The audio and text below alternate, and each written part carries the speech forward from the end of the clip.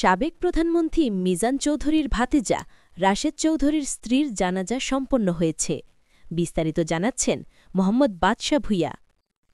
বাংলাদেশের সাবেক প্রধানমন্ত্রী মরহুম মিজান চৌধুরীর ভাতিজা রাশেদ আহমেদ চৌধুরীর স্ত্রীর জানাজার নামাজ সম্পন্ন হয়েছে। শুক্রবার ৩১ অক্টোবর বাদ আসর চাঁদপুর শহরের বাইতুল হাফিজ জামি মসজিদের সামনে জানাজার নামাজ অনুষ্ঠিত হয়।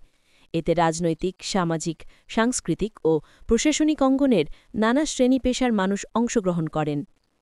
জানাজায় উপস্থিত ছিলেন চাঁদপুর জেলা বিএনপি সভাপতি শেখ ফরিদ আহমেদ মানিক, চাঁদপুর ৩ সদর হাইমোর্চর আসনের জাতীয় সংসদ সদস্য প্রার্থী সাবেক উপজেলা ভাইস চেয়ারম্যান ও বাংলাদেশ জামায়াতে ইসলামী চাঁদপুর জেলা সেক্রেটারি অ্যাডভোকেট শাহজাহান মিয়া, বিভিন্ন রাজনৈতিক দলের নেতৃবৃন্দ, প্রশাসনের কর্মকর্তা, সাংবাদিক, শিক্ষক ও চিকিৎসকসহ অসংখ্য মানুষ।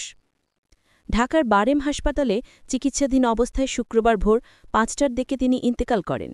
ইন্না লিল্লাহি ওয়া ইন্না ইলাইহি রাজিউন। জানাজা শেষে মরহুমার মরদেহ পারিবারিক গোরস্থানে দাফন করা হয়। পরিবারের পক্ষ থেকে মরহুমার রুহের মাগফেরাত কামনায় সকলের কাছে দোয়া প্রার্থনা করা হয়েছে।